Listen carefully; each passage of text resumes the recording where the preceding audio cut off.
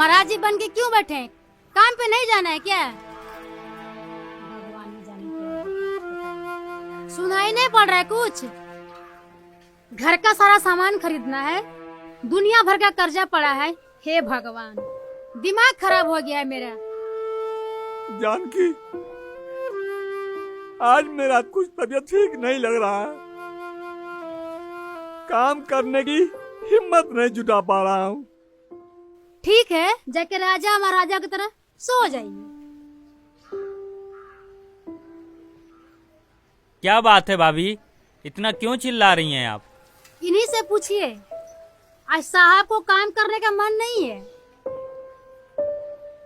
क्यों भैया, ये क्या नाटक है आपका? बाबू, आज मेरा तबीयत कुछ ठीक नहीं है। घर पे इतना कर्ज है, इतनी उधारी हो गई है, और आप हैं कि बहाना बनाकर बैठे हुए हैं। आपको तो शर्म आनी चाहिए।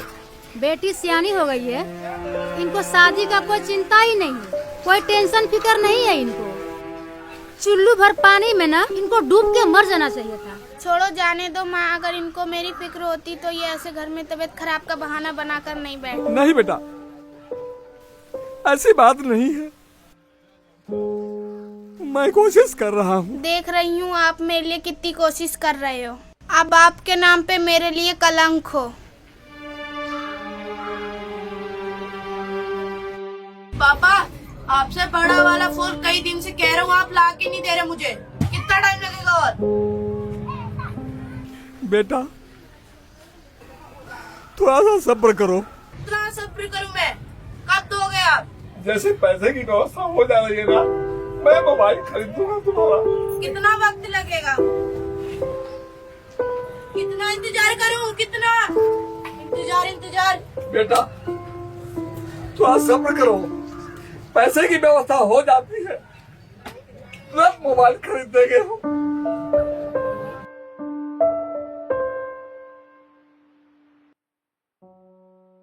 यह ड्रामा आप हमको कितने दिन और दिखाओगे? बंद करिए, ये ड्रामा और नहीं चलेगा अब। पापा, रवि सही तो कह रहा है। आप उसको दिला क्यों नहीं देते फोन? आपको बच्चों से इस तरह की झूठी बातें करते हुए शर्म नहीं आ रही? जितना तुम लोग मुझे बोल रहे हो, उतना अगर सब लोग मिलकर काम करते ना, तो सारी समस्याओं का हल मिल जाता हमको। लेकिन तुम लोगों को तो मुफ्त में बैठ करके खाना और मुझको ताना मारने की आदत पड़ गई है तुम लोगों को। सब लोग मिलकर के मुझे ही बोल रहे हैं तुम लोग। एक दिन तुम लोग पछताओगे। रमेश, मैं तुमसे कह रहा हूँ, एक दिन पछताओगे। अब यही सब सुनना बाकी रह गया। ऐसे लोगों का मुंह देखना पाप है।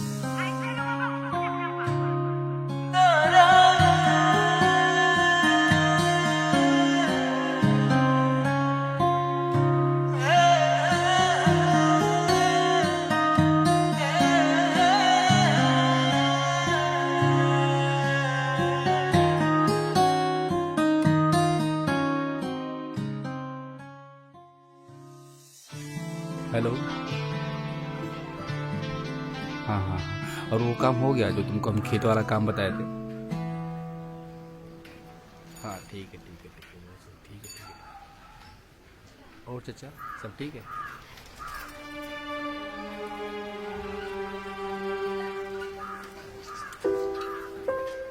आओ रामलाल आओ। और तुम्हारे चेहरे पे इतनी उदासी क्यों है? नहीं सरकार, ऐसी कोई बात नहीं है।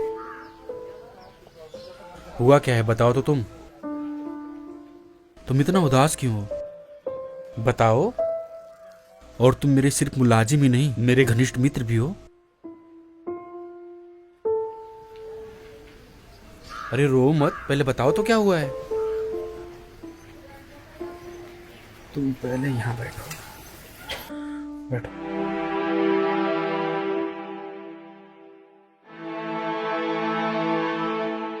हुआ क्या है? जो भी बात है मेरे मित्र, खुलकर मुझे साफ साफ बताओ। मैंने आज तक तुम्हारी आंखों में इतने आंसू नहीं देखे। तुम्हें मेरी कसम, जो भी है मुझे साफ साफ बताओ। सरकार, ये थैला मेरे घर वालों को दे दीजिएगा और मेरे नहीं रहने पर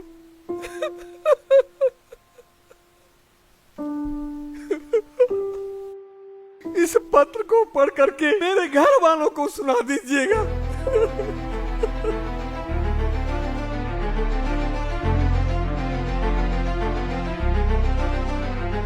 रामलाल, रामलाल, अरे कोई गाड़ी निकालो, अरे निकालो कोई गाड़ी यार।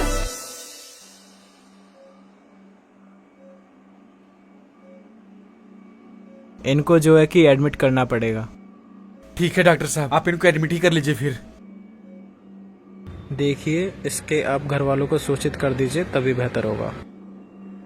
ठीक है डॉक्टर साहब, मैं इनके घर वालों को सूचित भी कर देता हूँ। यहाँ का मैं उनको एड्रेस भी दे देता हूँ।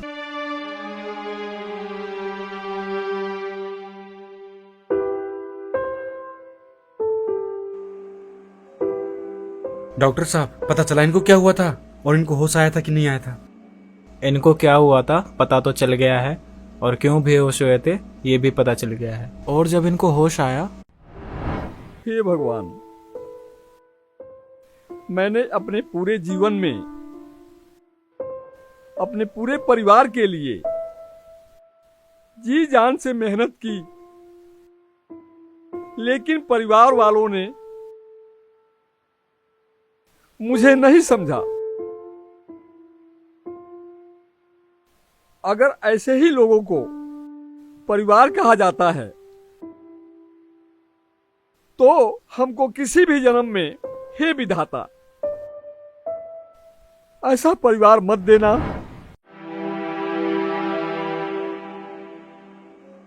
एक मिनट आप लोग रुकिए, मैं जस्ट आया अभी।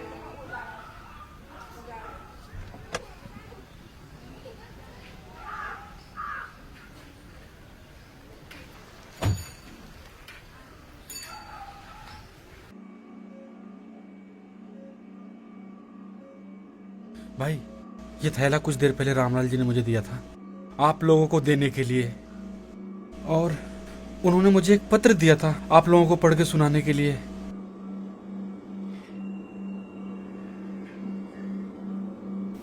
मैं जानता हूं कि मेरे घर पर बहुत सारा कर्ज है। बेटी के दहेज, बेटे का मोबाइल, भाई का खर्च, पत्नी की बहुत सारी जरूरतें थी, मैं कभी भी पूरा नहीं कर पाता।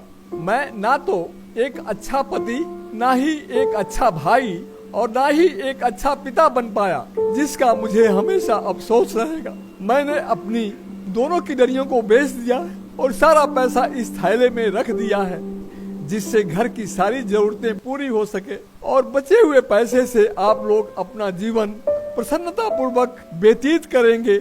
आशा है जब तक आप लोग इस पत्र को पढ़ेंगे तब तक मैं इस दुनिया को अलविदा कह चुका हूँगा।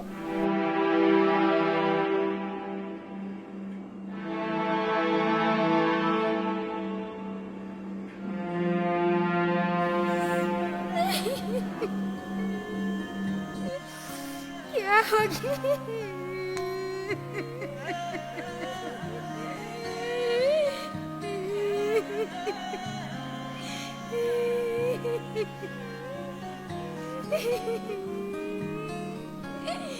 क्या हो गया इनको?